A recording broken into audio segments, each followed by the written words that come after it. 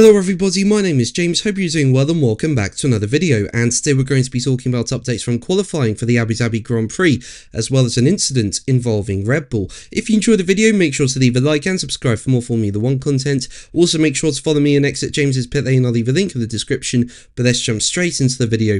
So it's Max Verstappen who took pole position for the Abu Dhabi Grand Prix, and in my opinion, that was not expected. You look at practice, and it was Lando Norris who pretty much dominated practice. He looked very comfortable around the circuit, and I thought he would take pole position, but we get to qualifying, and it was very close between the three title contenders all the way through, between Norris, Oscar Piastri, and Verstappen. And well, it was Verstappen who delivered. I mean, going into Q3, for example, he did so well in Q2 that he saved himself 2 sets of new tyres. McLaren did not have that going into Q3. And then on the first runs in Q3, Verstappen took provisional pole. He did a really good lap and had a slipstream from his teammate Yuki Tsunoda. But then on the second runs, where the track had evolved a bit, everyone was on new tyres. And while both McLarens improved, they could not beat Verstappen, and in fact, even without a slipstream,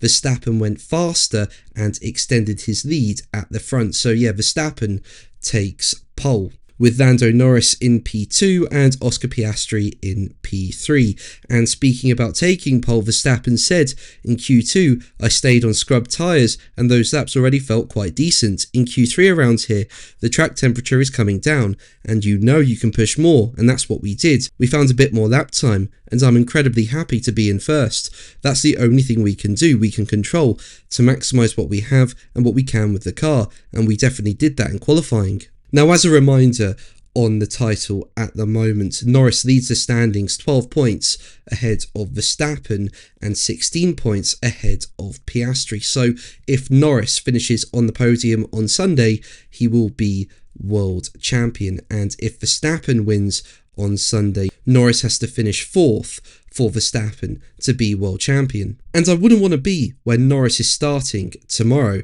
I mean, he's starting in P2. That's not the clean side of the grid. And we saw what happened in Qatar last weekend when Norris started in P2. He lost a position. And on top of that, his 2 title rivals, Verstappen and Piastri, who've got nothing to lose going into the Grand Prix, are both starting on the clean side of the circuit. But Norris will still be pushing to win the race tomorrow, with him saying, it's tough, Max did a good job, so congrats to him.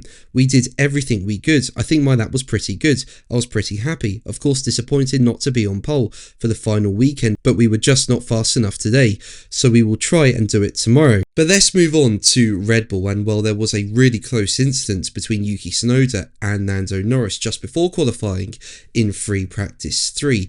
Basically, Tsunoda was on a slow lap and Norris was on a fast lap, and Norris came up fast behind Tsunoda's slower Red Bull in the middle of the racing line in the final sector, and Norris had to take to the runoff area to avoid hitting the back of the Red Bull as he came around the blind corner. Now, Red Bull and Tsunoda were completely in the wrong in this scenario, and Tsunoda even waved his hand to apologise to Norris following the incident. Now, as you would expect, this was investigated by the stewards. No doubt, if this was qualifying, it would have been a grid drop for Tsunoda. However, it was practice. And for the incident, a formal warning was issued to Tsunoda, but Red Bull was fined €10,000. And in their verdict, the stewards said telemetry showed that car 4 was, for the first part of the lap, driving in a manner that was indicated he was not on a push lap. The team of car 22 conceded that this was interpreted by them to mean that car 4 was not on a push lap. However, car 4 then increased pace, commencing on a continuous run. In approaching turn 9, it was easily visible on the GPS map available to the teams that car 4 was rapidly gaining on car 22, which was on a slow lap.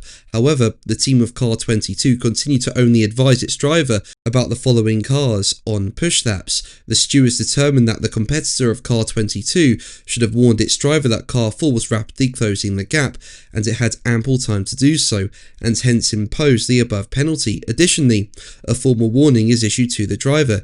Even though he was not warned, he should not have been driving in that track position on a slow lap. But that's going to be the video from me today. Thank you ever so much for watching. Make sure to like and subscribe for more videos, and until the next one, take care. Bye.